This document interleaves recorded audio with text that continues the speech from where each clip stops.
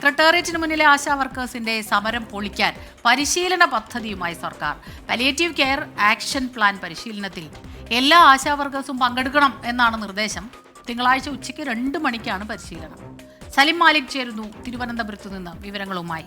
സലിം മാലിക്, ഈ കഴിഞ്ഞ കുറച്ച് ദിവസങ്ങളായി ഇത് കേൾക്കുന്നതാണ്. ഈ പുതിയൊരു ടീമിനെ വയ്ക്കുന്നു, അവരോട് വീണ്ടും ആശാ വർക്കേഴ്സിനോട് ജോലിക്ക് തിരികെ കയറണമെന്ന് പറയുന്നു. ഈ രീതിയിലൊക്കെ നടക്കുന്നുണ്ടെങ്കിലും അവർ സമരത്തിൽ നിന്നൊന്നും പിന്നോട്ട് പോയിട്ടില്ല. ഇനിയിപ്പോൾ ഈ അടുത്ത പരിശീലന പരിപാടി എന്താണ്?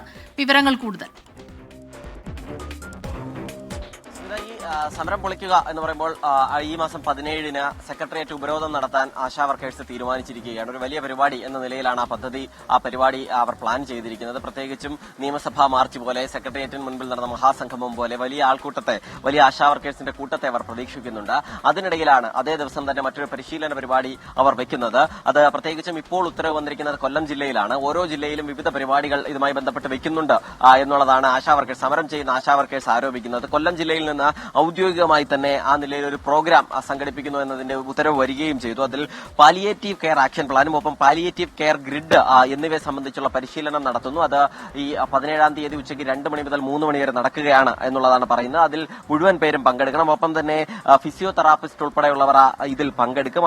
അതുകൊണ്ട് തന്നെ എല്ലാ ആശാപ്രവർത്തകരെയും, പരിശീലനം ലഭിച്ച മുഴുവൻ ആരോഗ്യ പ്രവർത്തകരെയും ഇതുമായി ബന്ധപ്പെട്ട് പങ്കെടുപ്പിക്കണം എന്നുള്ളതാണ് ഈ ഉത്തരവ് വരുന്നത്. പ്രത്യേകിച്ചും കൊല്ലം ജില്ലയിലാണ് ഈ ഉത്തരവ് വരുന്നത് എന്നുള്ളതിനും ചില പ്രാധാന്യമുണ്ട്. കാരണം തിരുവനന്തപുരം ജില്ലയിലെയും കൊല്ലം ജില്ലയിലെയും ആശാ വർക്കേഴ്സാണ് ഈ സമരത്തിൽ കൂടുതലായി പങ്കെടുക്കുന്നത്. പ്രത്യേകിച്ചും തിരുവനന്തപുരത്ത് സെക്രട്ടേറിയറ്റിന് മുൻപിൽ നടക്കുന്ന ഒരു സമരമായതുകൊണ്ട് തന്നെ ഏറ്റവും കൂടുതൽ പേർക്ക് എത്താൻ കഴിയുന്നത് ഈ 2 ജില്ലകളിൽ നിന്നാണ്.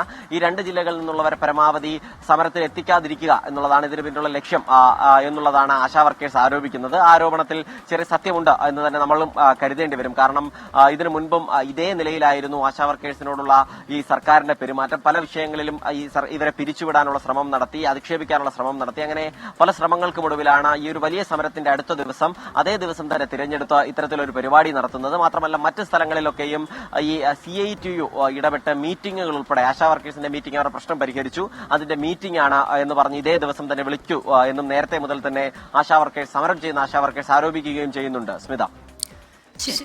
സലീം മാലിക്കാണ് തിരുവനന്തപുരത്ത് നിന്ന് വിശദാംശങ്ങൾ നൽകിയത്. എന്തായാലും അവരുടെ ആ സമരത്തിനുമായി ബന്ധപ്പെട്ട ഒരു തീരുമാനം ഉണ്ടാകേണ്ടിയിരിക്കുന്നു. അതിനുശേഷം ഇതുപോലെ അത് എന്താണ് സർക്കാരിൻ്റെ ഭാഗത്തു നിന്നുണ്ടാകുന്ന മറ്റ് കാര്യങ്ങളെന്നും നമുക്ക് നോക്കിക്കാണേണ്ടിയിരിക്കുന്നു.